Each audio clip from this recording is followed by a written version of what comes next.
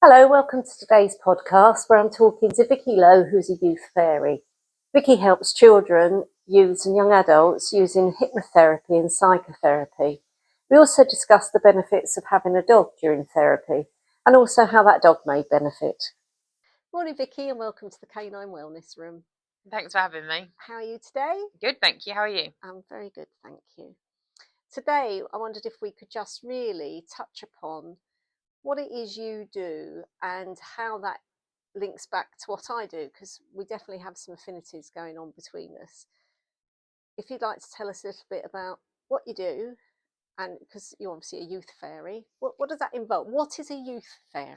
So a youth fairy, so I'm part of a team of solution-focused hypnotherapists and psychotherapists. We specialise in working with children, so predominantly we work with children. We also work with teenagers, young people and their parents, and we help children and teens struggling with depression or anxiety, stress, low confidence, low mood, phobias, which would probably tie in very well with you, so with clients with dog phobias, for example, and we help them feel happier, more themselves again, more confident, and overcome their specific challenges. That's what we do. And how long have you been a youth fairy? I've been a youth fairy now for 3 years.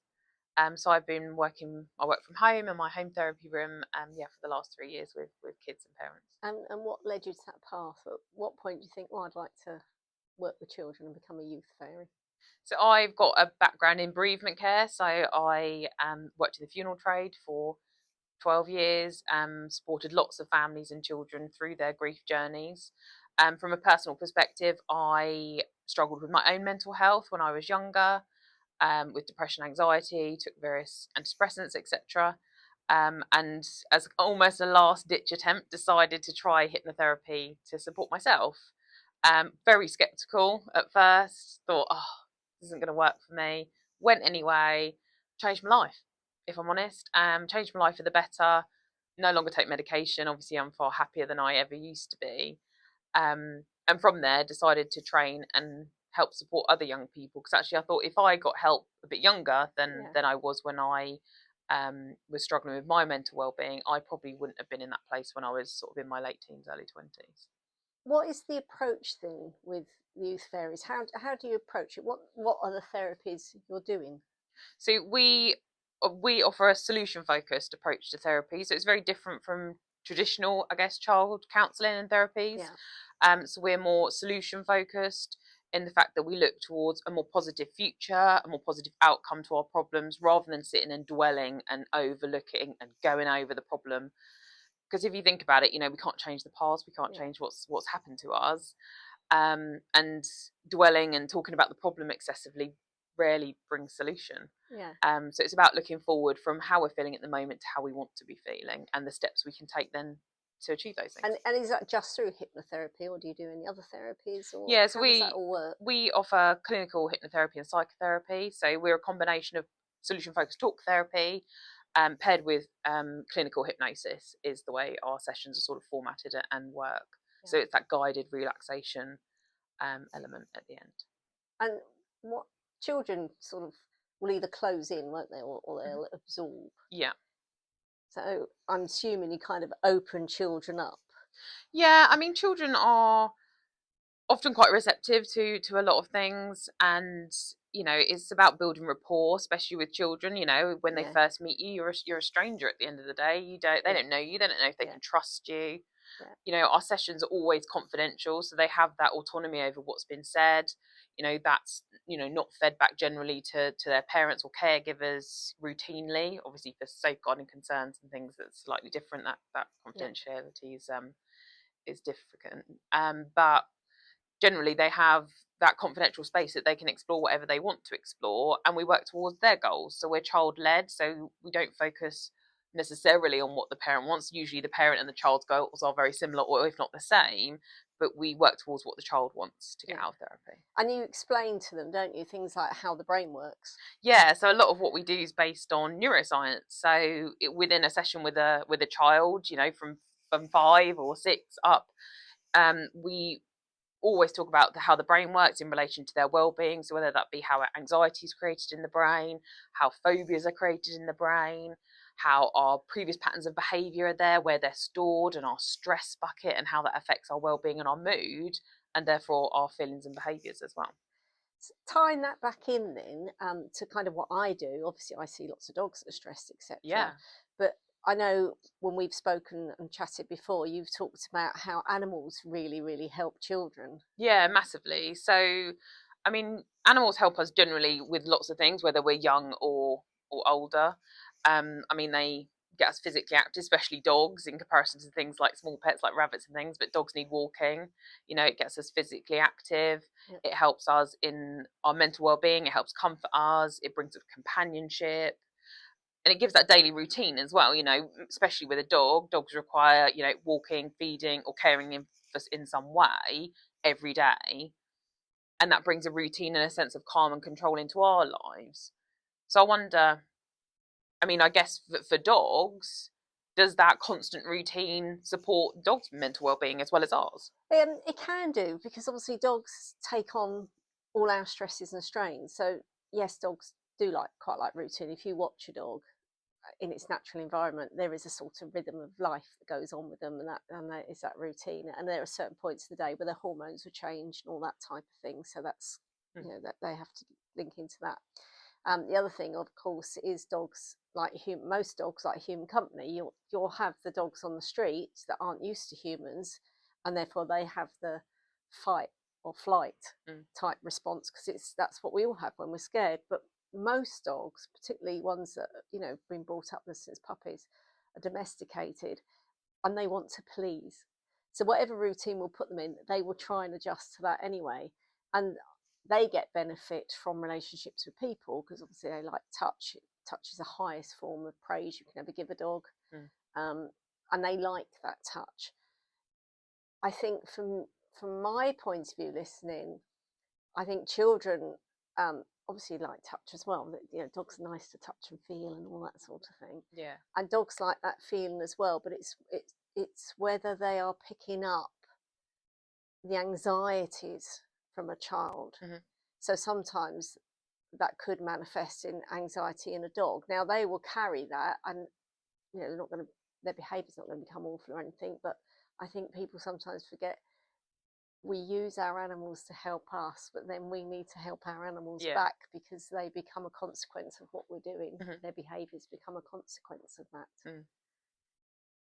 So with children, what are the benefits from having dogs? Obviously it's a feel good. Is it a responsibility thing? It's like having that responsibility, knowing how to care, especially if they've, whatever their problem, they might not have had care themselves.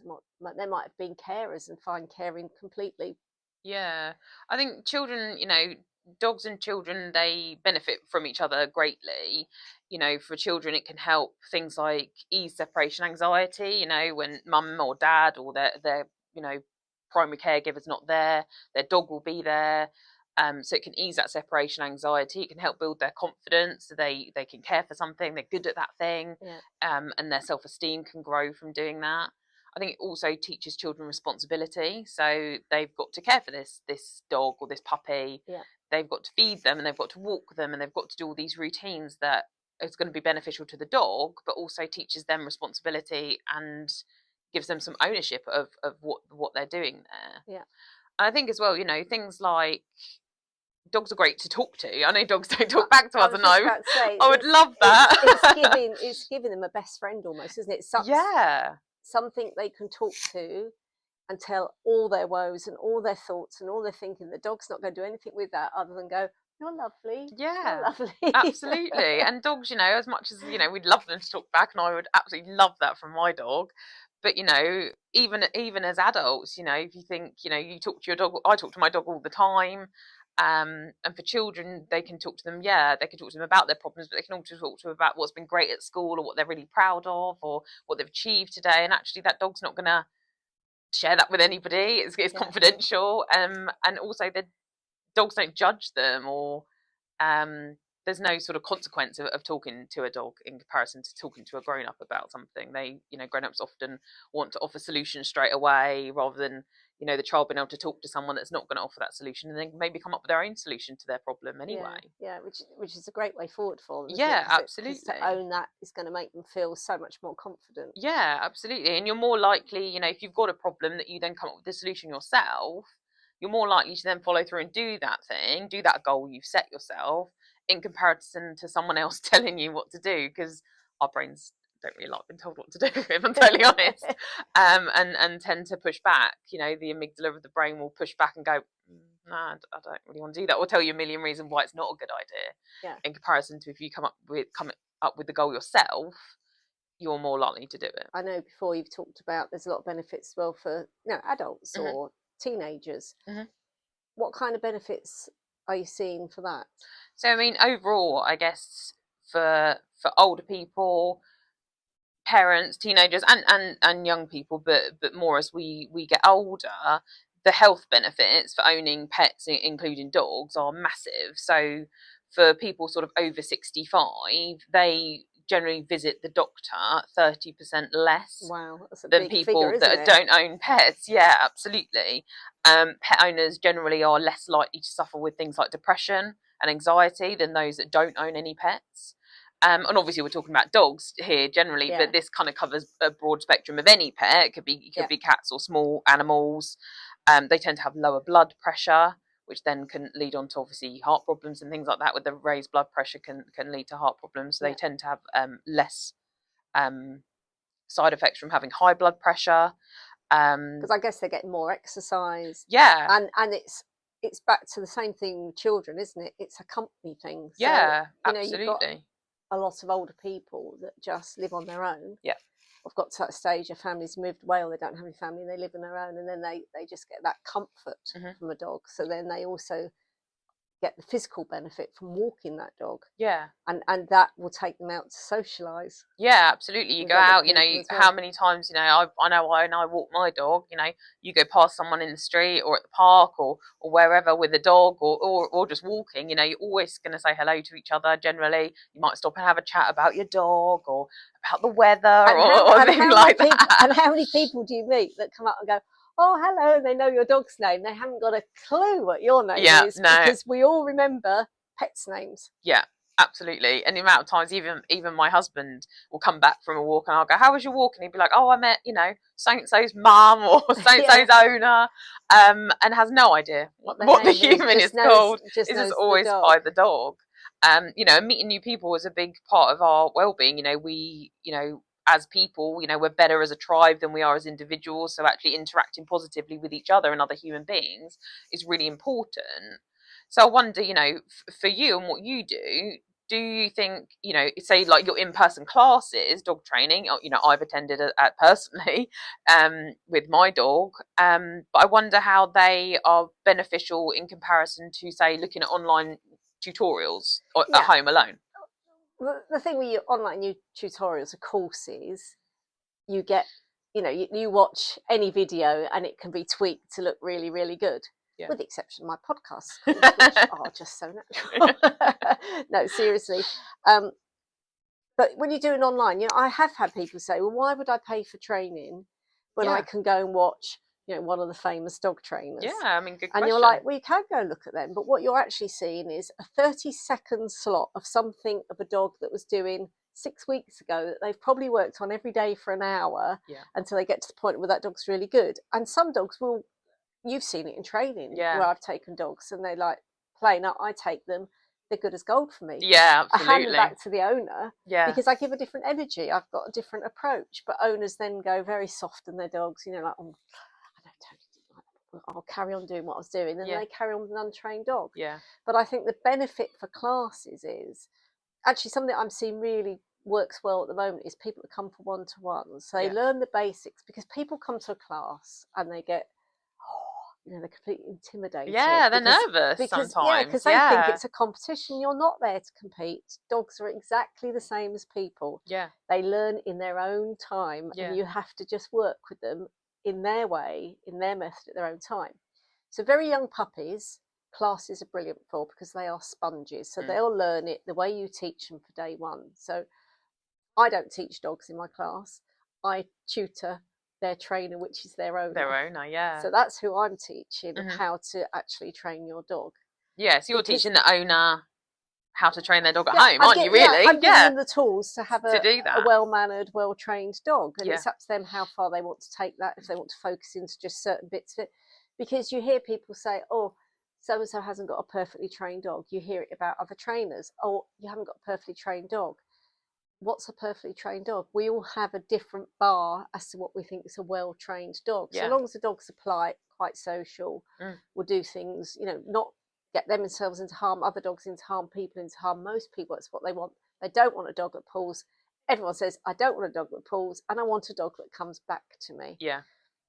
Classes, therefore, so if you've done some one-to-ones, got some of those basics, and then bring that into a class, that's when it starts to work really well, because you start getting distraction from the other dogs. People watch other people and pick up tips.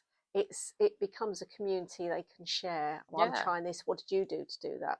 So I'll give all the tips out and I'll answer any question anyone's ever got. But it's all about, okay, then, you know, how does your dog do that? Oh, and your dog's reacting like that. Why is mine reacting like that? And they start to learn that all dogs are different. But it's also good for a dog because it learns that it can't just go straight up to another dog and into another dog's face or whatever. And you see that so many times. There used to be I know some people still use it. It used to be what they called the 3-second rule. So if you've got a dog on the lead and your other dog's on the lead, they can both go up to each other. That used to be fine in the old days when dogs were off lead a lot. Yeah. Actually, walking side by side is a better way to introduce a dog because there's no confrontation. It'd be like me charging up to you going, hello, never seen me before, but let me give you a big hug and a kiss. You're so lovely to see you.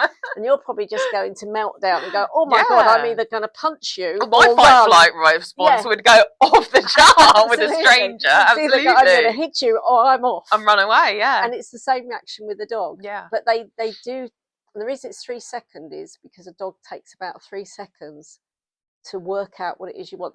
Collies, 0.3 of a second. Amazing. But other dogs, you know, they're not. You have to allow them to process what it is you are asking of them for them to be able to do whatever it is you want. And the thing is, it will cause stress. So it comes back to what you do again, in the fact that a dog in an environment, lots of other dogs might be quite stressed. A very stressy dog might find that very stressful. So you have to be careful how you deal with that within a class. So, you know, you would allow that dog to still learn its own phase. So some people might think, oh, I've just been sitting there for ages. And it's because you're allowing the dog to decompress. Yeah. And so the person can watch what's going on, absorb what's going on. But the dog's not made to do something it really doesn't want to because it hasn't worked out why it needs to do it. Yeah. And sure, then I guess for the owners in a class situation, having time to, you know, the dog to decompress also gives them time to decompress and also process the information they've just learned. Yeah. You know, and do you think, you know, if owners are stressed or anxious in class or with their dog in general, do you think and that transfers to the dog? Absolutely. Everything. Dogs smell our hormones. Dogs don't go by words, which is why I don't just do word training. As you know, we also do hand signals, etc. Because dogs read your body. They know exactly what mood you're in. You get these videos of people going, you know, I came in and my dog had done this and I told it off, and they're like, my dog knew it was really guilty. Now, a dog doesn't know what it's done. It might have exploded that white stuff all over your living room floor 3 hours before, but it doesn't know that's what you're angry about. It just knows you've come in angry and goes, oh, they're angry. Is it me? Yeah. And they take on all that stress completely. So yeah, they completely absorb us and our stress. And that's the other reason why when I train, I try and keep it quite a relaxed and fun environment, because if a dog's picking up their own stress in that environment, they're not going to enjoy training and they're not going to learn. It's like a child going to school in a very stressful schoolroom where there might be a bully or they might just feel a teacher's not giving them what they need. And then they're going to feel exactly the same way. Like, I don't want to go to school. I don't like it. I don't like what I'm doing. You know, they're going home, their parents saying, why didn't you learn that today? There are a lot of commonalities between becomes dogs then a negative and association, children. doesn't it? You know, that actually, you know, it might not actually be a problem, say, with school for a child, or a particular situation, but it then becomes this negative association that I feel this certain way at school, so obviously school's the problem, and then actually school isn't the problem, it is a symptom of the problem of how you're feeling about it. I wonder then, in the way that you train, obviously we train in classes, when I've come to your classes, that you treat free train, don't you? You don't use food. So I wonder how that method of training benefits children and their families. Is there major benefits for that sort of training? Yeah, because a dog, I did speak about this on the previous podcast, but there's lots of reasons why we don't use treats in class. So one is we don't want dogs learning to go and pick up any food off the floor. The other one is obviously my main big thing is all about allergies, and you don't want dogs eating food that they shouldn't be eating, because you don't know how unwell that's going to make it. The other thing for me personally is I don't like the dog associates food coming out of a hand. Yeah. That's why when you've got a child walking along with a little lollipop or a little ice cream, a dog will just take it. Now, they're not going to necessarily, they could miss that and get a child's hand. That dog then is going to be told, you're a vicious dog, you bit my child, and that dog will get put to sleep for it. Yeah. Simple as that. Yeah. I would rather mitigate that risk. Yeah. And as I think we've already said, touch is the highest reward for a dog. That's when all their hormones kick in, so they'll get their oxytocins and the serotonins, and all the things will come in that make them feel good and happy. Yeah. And if you look at any dog, you see these people that go, oh, my dog kept asking to come my lap. They do seek affection. Yeah. So that is their highest form. So yeah, very much so. And of course, if they get very, very stressed, they will then hold that in their bodies, which is when my therapies come into play. So, I release those stresses off. So, I see dogs that are injured, they get referred by vets, or people have say, oh, sometimes you've seen me in training, I'm saying to someone, do you realise your the gait's not quite right? What have you been doing? Have you been running with it? And I don't diagnose, of course, because I'm not allowed to, I'm not a vet, but you can see if a muscle's not working. I've been known in class just to release a muscle to help that animal. So they very much take on our stresses. And I think if the perfect situation for a child, for instance, or someone you're treating, if they have got an animal and their calmness comes down, that will benefit the dog. And on the other hand, if you treat the dog at the same time, so the dog's being treated for its stress, you should get a really good bond and companionship going forward from the pair of them. I know you've written some blogs about dogs, and one of those is about getting a dog and why you would get a dog and the benefits. So tell us something about where they go to find these blogs that you're writing, and a little bit about that blog itself. So as youth fairies, we have loads of blogs. They come out every week. So one new blog a week, they're completely free. You find them on the website, theyouthfairy.com, and it's on our parent pad there, so it's a helpful resource. And blogs cover a massive range of topics, from eating disorders to self-injury to emetophobia, and obviously what we're talking about. So we've got one about the positive impact, the positive power of pets, so obviously including dogs and other animals. Lots of things we've spoken about in this podcast. And also, if everyone wants to get the benefit of owning a pet, not everyone should or can own a pet. So it's really important, I think, if you're reading the blog, to make sure that actually is a pet right for you. You need to be able to have the space for the pet, whatever that pet is, especially dogs, the space, the time, the commitment, the financial commitment that it takes to owning a dog. And with dogs, of course, it's about the right breed as well, the right temperament, the right breed, the right age. Yeah. So where you get it from. Yeah, and the information, I guess, online is conflicting sometimes. So I wonder, can people come to you before they get a dog? Yeah, absolutely. That is absolutely the type of advice I would give. So I would work with them. So there's two ways I would work with them on that.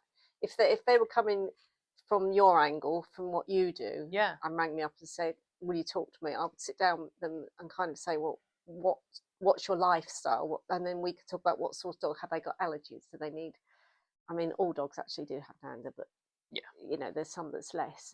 And kind of just work through with them what they need. If they're happy to sign a confidential agreement, we can do it together, maybe. but certainly, yeah, I'm very happy to advise, and people are very welcome to contact me if they're thinking of getting a dog, because it's, you know, do they want a rescue? How old is it? What commitment have they got to it? Can they walk it? There's all those things that need to be taken into consideration. It's not just this dog is going to benefit me or my child. Yeah. It's you've also a dog is not a commodity. You have to give back what it's giving. It's sort of, hence why I'm called symbiotics. It's all about a symbiosis between the two relationships. I think people as well, you know, there's lots of different factors, isn't there, in whether a dog is right for you or not. Yeah. You know, and you know, I've you know, I can imagine people come to you and ask, you know, what is the right breed for me, or what age should my child be when we get a dog? I mean, is there recommendations, or is it completely dependent on the family, I guess? It depends on the family. It depends on the size of house they've got. It depends on what their lifestyle's like. It depends, have they ever owned a dog before? There's many factors taken into consideration, and a lot of people you can match up with a dog, but some people it just wouldn't be suitable for them, because it's, as we all know, it's fine saying, oh, I'll get one that, but what happens then? So if a child suddenly is much better in 2 years, what's going to happen to the dog? Are they just going to get rid of the dog? And I don't think people would. No, I mean, it's a lifetime commitment, isn't it? Let's face it. Bonded as well by then. So, and that's why things, you know, like you've got dogs for the blind, and all your helping dogs, your aiding dogs. Yeah. You know, they have a long relationship with their owners and a really tight bond with them. Yeah. So absolutely. but definitely you have to. You can't say, oh, I need a small dog, so I think I'll go and get a Jack Russell, because a Jack Russell might be completely the wrong thing, depending on what's going on with the child. Now, if you've got a child that's so introverted, a Jack Russell might actually be the right dog, because it's the extrovert. Yeah. So it's the yin yang going on. Yeah, absolutely. A bit help build the child's confidence, potentially. Yeah. And I think as well, you know, there are options out there if owning a dog isn't right for you. You know, you can take, you know, for kids or adults as well. You know, if you know someone with a dog, you know, you can go around, you can walk their dog with them. You know, there's, you know, can visit people that have got dogs. You know, you can go and volunteer to places that look after dogs, like rescue centres, for example. Absolutely. Or, you know, and get sort of the feel good chemicals in the brain, those oxytocins, those dopamines, those serotonins from that interaction with the dog, without owning one yourself. And the other thing is, for me, you know, I would be, and I've done this in the past, that helping with the training and actually helping anxiety people that are scared of dogs. Yeah. And actually helping get over that anxiety. Yeah, because dog phobia can be huge. Yeah, it can absolutely. Be as big as, you know, the person that doesn't like the spider, or I used to know someone, you know, brought a banana into the room, she'd be off. Yeah. Terrified of bananas. Like, seemed a bit irrational to me at the time, but it was a true phobia. Yeah. And they're doing something on telly at the moment, aren't they, about phobias and things. But yeah, you know, it is working with that as well. So if they do get a dog, actually helping that family know how to be with that dog. Yeah, absolutely. And so the dog's getting benefit as well. Yeah, and I mean, dog phobias, you know, you can overcome phobias of dogs. You know, I've worked with clients previously that have had dog phobias and have gone on to, you know, like dogs, tolerate dogs, love dogs. Yeah. So it is possible, you know, but sometimes, you know, dogs aren't always for you as well, you know. No, well, I was going to say, on the other foot, you might have a dog that's completely scared of humans. Now, unfortunately, we can't hypnotise a dog. You can't do it the other way around. Reiki works very well with them. Yeah. You know, it does. A stress dog, Reiki, most dogs, Reiki really take on Reiki very, very well. And it definitely helps with anxiety and stress, because it just helps that whole thing going on. But yeah, so I would, definitely helping on it. Yeah. And I think as well, you know, we've said about it being a lifelong commitment to the dog. And to you, it's a commitment in yourself. You know, you have to give up things or not do things because you own a dog. You know, they bring so much joy and pleasure to us, but it is a long commitment. And I think as well, then, you know, at one point in our lives, unfortunately, we will lose that dog as well. You know, there will be a point, and sadly, you know, the bereavement side. There's the bereavement side of it, and, you know, supporting yourself and supporting children through that is massive. And I don't think, you know, you should never underestimate the loss of a pet to a child, especially. They're part of the family, and sometimes it's their first experience of loss is when they lose a pet. So I mean, if anyone at the moment is obviously going through bereavement of a dog or a pet in particular, there is also a blog on the website about Rainbow Bridge and how to support children through that loss, which can be really devastating sometimes. And just reflecting that back, not taking away from that. But again, dogs grieve, and people don't realise dogs really grieve. Yeah. One of mine, she sat in front door for 3 months and just cried every day. Yeah. And we went and got another dog. But I had to help her quite a lot with therapists just to try and get her through the day, because she was absolutely bereft, because she'd been a puppy, grew up with this dog. I took him to the vet, he never came back. Yeah. So it wasn't even a nice ending, because a dog will understand a dog's not well. Yeah. And if they're there at the end, quite often they will smell all the chemicals change, and they'll understand that they just naturally understand that's gone, and they deal with it better. But you take a dog off to the vets, for whatever, mine was just bleeding and all sorts of horrible things going on. I just didn't come back with him, and she just didn't cope. Didn't get it. And you think, going back to, we talked a lot today about, the brain and what goes on in our brain when we're feeling good, and those feel good chemicals. That also goes, obviously, when we are grieving, we get that same chemical response in our brain, but our dogs are going to be getting that too. So I guess when you're caring for yourself for a bereavement, you've got to look after your dog in the fact that they're grieving too. Yeah, you do. I think you have to look after both. Yeah. How do people find you then, Vicky? So you've said about your website. Yeah. Do you work, children go to school? Do you do so out of hours, in hours, work hours, weekends? How do you operate to help? So all the youth fairies kind of have their own, obviously, working hours and things like that. For me personally, I work evenings, Saturdays, and so I try and fit in with children going to school. Most parents, come to me if their child isn't attending school. One of their goals is for them to go back to school. So obviously then offering therapy sessions potentially within the school day, I can do. But it tends not to be the most popular times, because at the end of the day, we're working towards maybe getting them back to school, and we want them to be able to do that. You can find all of the youth fairies on the website, youthfairy.com. There's a Meet the Fairy page, which is location based now, so you can put in your postcode and it will bring up your closest fairies, and you can contact them individually. And each of the fairies has their own Facebook page. We have Instagram. And you have Instagram, and each fairy has, and they cover the whole of the UK, do they? Yeah, so we've got we're, long reaching now. So, we've got, obviously fairies in the southeast like me, and other local fairies here. We've got fairies in London now. We've got 2 fairies in Scotland. They're our furthest away fairies. Ireland? Not yet. Okay.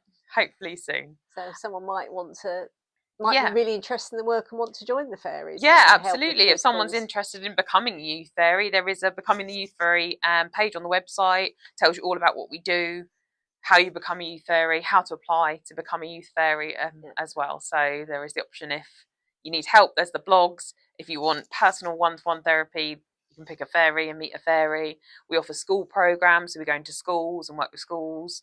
And children in schools. We offer parent wellbeing programs as well to support parents and carers of children as well. So I think that's the key thing as well, isn't it? That you're saying you're called the youth fairies, but actually you cover the whole age range. You're not just looking at teenagers. It's very small to very the more elderly. Yeah, absolutely. I mean, to be polite about that. I'm going that direction. Don't be rude about yourself, Toni.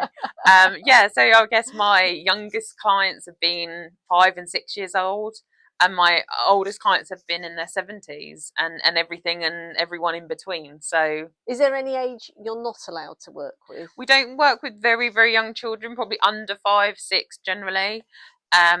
And sometimes, 5 and 6 year olds maybe we wouldn't work with, but what we offer is we always offer a free initial consultation. It's an opportunity for the child and the parents come along, meet the fairy that they chose to work with, learn about their brain, understand the way we work and why we work in the way we do. Gives them opportunity to go home and have a think about things. And sometimes children, it's mind blowing, and they understand their brain, and they can go and tell their friends, and they get very excited about it. And sometimes, maybe they're not quite old enough at the moment to understand the process and how we work, and they might come back a little bit later on. But generally, sort of 5, 6 years old and up. Fabulous. Keep doing what you're doing. Thank you. And like you. A fabulous thing. Thank you very much for coming in today. Thank you for inviting me. You're very welcome. Lovely to see you. Thank you. If you liked this podcast, please like, share, comment and subscribe below. Thank you.